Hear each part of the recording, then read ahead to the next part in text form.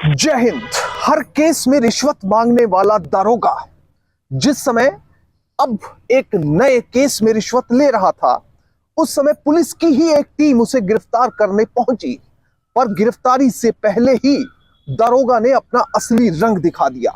अपनी पिस्टल जो service revolver थी उसे निकाला और पुलिस की जांच टीम जो इस दारोगा को गिरफ्तार करने आई थी उसी पर इस दारोगा ने पिस्टल तान दी और कहा, अगर आगे बढ़े तो एक एक को गोली मार दूंगा। यह खबर जिसने भी सुनी उसके पैरों तले जमीन निकल गई। बिहार के मुजफ्फरपुर में घटी इस घटना ने सभी के रोंगटे खड़े कर दिए और साथ में जो भ्रष्टाचारी अधिकारी हैं, कर्मचारी हैं, उनके लिए एक कड़ा संदेश दिया। इस केस के बारे में आपको बताएंगे, पर सबसे पहले आपसे अपील किया, बड़ी संख्या में हमारे वीडियोस को देख रहे हैं पर चैनल सब्सक्राइब नहीं कर रहे, इसलिए अगर आप इस वीडियो को देख रहे हैं तो फौरन चैनल को सब्सक्राइब कीजिए, बेल नोटिफिकेशन ऑन कीजिए और वीडियो को ज्यादा से ज्यादा शेयर करें, लाइक करें और अपना कॉमेंट करें।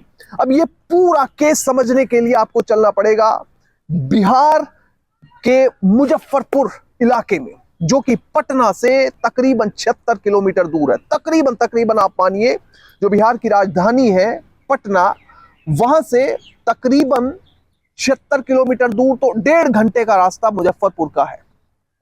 अब वहां पर ये घटना हुई है। अहियापुर पुलिस थाना है जहां पर सदरे आलम, वहां पर दारोगा साहब तैनात थे।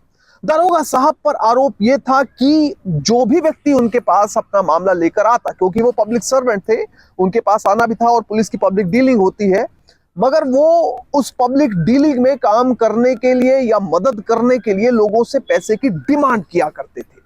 अब ऐसा ही एक केस आया तबस्सुम आरा का। तबस्सुम मुजफ्फरपुर की ही रहने वाली थी। उसके बेटे पर एक आपराधिक मामला रजिस्टर हुआ था। आपराधिक मामले की जांच पुलिस कर रही थी। तबस्सुम ये चाहती थी जो आपराधिक मामला रजिस्टर हुआ है उसके बेटे की गिरफ्तारी ना हो, कोई कड़ी कार्रवाई ना की जाए।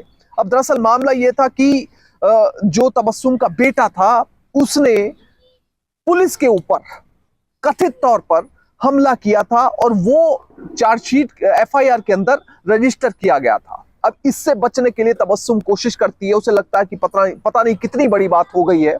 वो दारोगा साहब के पास पहुंच जाती है और रिक्वेस्ट करने लगती है कि सर देखिए ऐसा है, मैं एक शरीफ परिवार से संबंध रखती हूं, मेरा बेटा है, गलती से कई बार नौजवान लोगों से कुछ गलतियां हो जाती हैं, तो इस केस में आप थोड़ा सा उनसे पेशेंस से काम लें और उन्हें रियायत दें, क्योंकि उसका आगे भविष्य खड़ा हुआ है और यदि वो इस मामले में फंसता है तो उसका भविष्य अंधकार में डूब जाएगा।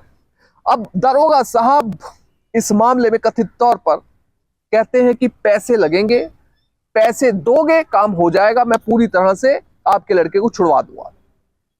रिश्वत मांगी जाती है 11,000 रुपए। अब बहरहाल तबस्सुम अपने घर चली जाती है, कुछ लोगों से सलाह करती है, अपने दोस्त यार या घर में बेटे से भी सलाह होती है। फाइनली सलाह यह बनती है कि हमने तो सिर्फ हेल्प मांगी है, ज्यादा बड़ी गलती नहीं है। इसमें क्या होता है कि जो इस तरह के केसेस होते हैं उसमें पुलिस का भी बहुत बड़ा डिस्क्रेशन होता है। पुलिस चाहे तो किसी को बचा ले, पुलिस चाहे तो किसी को डुबा दे। अब बहरहाल तबस्सुम के मन में यह आता है कि यदि ये व्यक्ति, ये दारोगा रिश्वत मांग रहा है तो इसको तो जेल जाना ही होगा। अब बहरहाल वो विजिलेंस के दफ्तर में पहुंचती है, विजिलेंस के अधिकारियों से बातचीत करती है, पुलिस के अधिकारियों से बातचीत करती है, उन्हें बताती है कि दारोगा साहब के पास मैं अपना एक छोटा सा काम लेकर गई, उन्होंने रिश्वत की डिमांड कर ली। सर जी मैं रिश्वत नहीं देना चाहती, मैं सिर्फ अपना काम सही तरीके से, जायज तरीके से, जेन्युइनली करवाना चाहती हूं।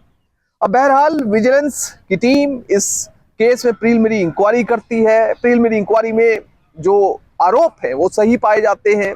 उसके बाद साल 2021 के सितंबर महीने की 30 तारीख आती है, जो दारोगा के लिए एक काल बनकर आई। 30 तारीख को तबस्सुम पहुंचती है दारोगा साहब को रिश्वत देने के लिए। दारोगा साहब ने तबस्सुम को कहा कि तुम थाने के अंदर मत आना, थाने के बाहर जो चाय वाला है, चाय की दुकान है, उस पर आना और उसी पर ही पैसे दे देना। होता भी यह है, तबस्सुम वहां पहुंचती है, वहां पर थानेदार जो दारोगा साहब है उनको बुलाया जाता है। दारोगा साहब अपनी वर्दी में वहां पहुंचते हैं और उन्हें कथित तौर पर पैसे पकड़ा दिए जाते हैं। वो कहते हैं कोई बात नहीं, टेंशन मत लो। अब इसी बीच में सादे कपड़ों में कुछ लोग, 2-3 लोग वहां पर पहुंचे चाय वाले के पास। वो कहते हैं भाई एक कप चाय लगाना। अब जब वो चाय लगाने लगता है, इतने में दरोगा साहब पैसे ले लेते हैं। दरोगा साहब को वो 2-3 लोग पकड़ लेते हैं रिश्वत लेते हुए रंगे हाथों।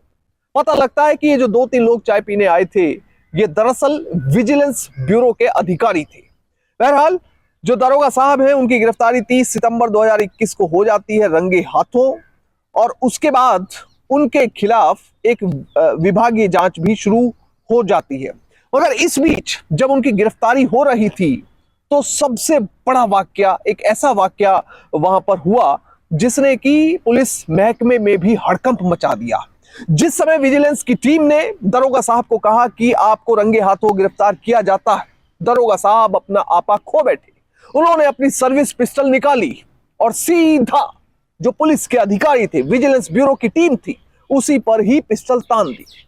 एक अधिकारी को दरोगा साहब ने कहा कि अगर कोई भी आगे बढ़ा मैं गोली मार दूंगा, क्योंकि इस समय बहुत मैं सीरियसली बात कर रहा हूं। कोई भी आगे ना बढ़े, मुझे छोड़ दिया जाए और मैं यहां से चला जाऊंगा, आपको किसी को कुछ नहीं कहूंगा। पर जो विजिलेंस के अधिकारी थे वो तो गिरफ्तार करने ही आए थे, क्योंकि दरोगा साहब ने भ्रष्टाचार किया था। फाइनली होता यह है कि मान मनोबल के साथ, क्योंकि दरोगा साहब को भी समझाया जाता है भाई तुम सरकारी अधिकारी हो, ये काम करते अच्छे नहीं लगते। फाइनली मान मनोबल के साथ दरोगा साहब को ओवर पावर किया जाता है। जो पुलिस के अधिकारी हैं वो दरोगा को पकड़ते हैं रंगे हाथों रिश्वत लेते हुए। इसके बाद केस रजिस्टर होता है और दरोगा साहब को जेल भेज दिया जाता है। अब इस मामले में विभागीय जांच भी पैरेलल शुरू हो जाती है। दरोगा साहब जेल से बाहर आने के बाद सब कुछ भूल जाते हैं और अपना जीवन नए सिरे से शुरू करने के लिए सोचते हैं। बहरहाल जमानत पर जेल से बाहर आने के बाद दरोगा को मुजफ्फरपुर ट्रैफिक पुलिस में लगाया जाता है। ट्रैफिक थाने में वहां पर नौकरी करते हैं और उसके बाद वैशाली के हाजीपुर इंडस्ट्रियल थाने में उनकी पोस्टिंग होती है। वहां पर वो अपनी नौकरी कर ही रहे होते हैं। इसी बीच 2 अप्रैल को एक ऐसा फैसला, एक ऐसा सरकारी आदेश आता है जिसे सुनकर और देखकर उनके पैरों तले जमीन निकल जाती है। दरोगा साहब को नौकरी से बर्खास्त कर दिया गया। डीआईजी चंदन कुशवाहा ने यह एक बड़ा फैसला लिया और उस फैसले के साथ ये भी अपना पर्सनल रिमार्क दिया कि ऐसे भ्रष्ट अधिकारी को सरकारी नौकरी में बने रहने का कोई औचित्य नहीं है। जो व्यक्ति आम जन की सेवा नहीं कर सकता, जो व्यक्ति एक गरीब को न्याय नहीं दिला सकता, एक सरकारी पद पर रहते हुए उसे सरकारी पद पर रहने का कोई हक नहीं है। बहरहाल दरोगा साहब को नौकरी से बाहर कर दिया गया। दरोगा साहब अभी एक्चुअली क्या होता है कि जब भी जितने भी केसेस होते हैं उसमें भ्रष्टाचार करते हुए, रिश्वत लेते हुए लोगों को पकड़ लिया जाता है। उसके बाद हम अक्सर सोचते हैं और वीडियोस में कमेंट भी आते हैं लोगों के कि इन लोगों को सिर्फ पकड़ लिया, वो जेल गए और जेल से जमानत पर आकर फिर से अपनी नौकरी में बहाल हो गए। ये सरकारी नियम है। यदि किसी व्यक्ति को रिश्वत लेते हुए गिरफ्तार किया जाता है तो उसे फांसी तो नहीं चढ़ाई जा सकती, मगर इतना जरूर है कि उस व्यक्ति के खिलाफ एक तो केस रजिस्टर हो जाता है। अगर डिपार्टमेंट इस चीज से कन्विंस होता है तो डिपार्टमेंट अपनी विभागीय जांच शुरू कर देता है। अब दोनों में से कुछ, कई बार ऐसा होता है कि विभागीय जांच में फैसला जल्दी आ जाता है, जैसे दरोगा के मामले में हुआ, दरोगा को बर्खास्त कर दिया गया।